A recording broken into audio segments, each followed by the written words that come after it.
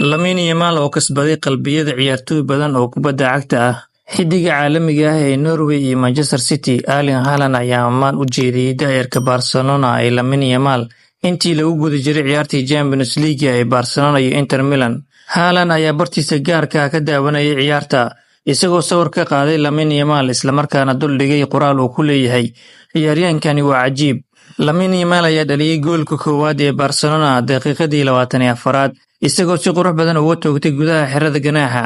Sidoo kale ciyaartoyda ammaanta u soo jeediyay daayirkan cajiibka ah waxaa ka mid ah daafaca Inter Milan Alexandre Bastoni oo yiri Lamine Yamal waa garabka ugu wanaagsan adduunka, waa inaan dhahnaa bravo. Lamine waa garabka ugu fiican adduunka, marka qof uu sameeyo waxa uu sameeyay waa inaan dhahnaa bravo. Sidaas waxaa yiri daafaca kooxda Inter Milan Alexandre Bastoni kadib ciyaartii ay la yeesheen Barcelona. Lamine Yamal ayaa si la yaab leh u ciyaaray kulankii ka dhanka ah Inter Milan.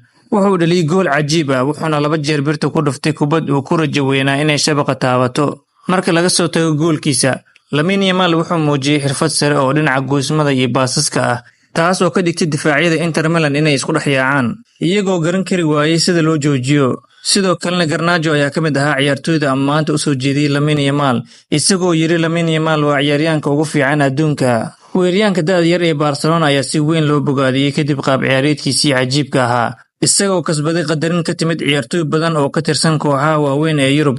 Ugu dambeyntiina ciyaartu waxay ku dhamaatay barbaro 3-3 ah, iyadoo lugta labaad ee semifinalka Champions League lagu ciyaari doono San Siro. Intaas ayaan ku soo gabagabeynayaa warbixintii koobneed ee aan uga hadlayay daayirka cajiibka ah ee Lamine Yamal oo lugtii koowaad ee semifinalka Champions League wacdar ka sameeyay. Haddii aad ilaa dhamaadka muuqaalka nala soo gaartay, waxaan kaa codsanayaa inaad muuqaalka like saarto siina share gareyso. Haddii aad nagu cusubtahay nagu soo biir oo ka mid noqo asxaabta nagu xiran. Mahadsanid.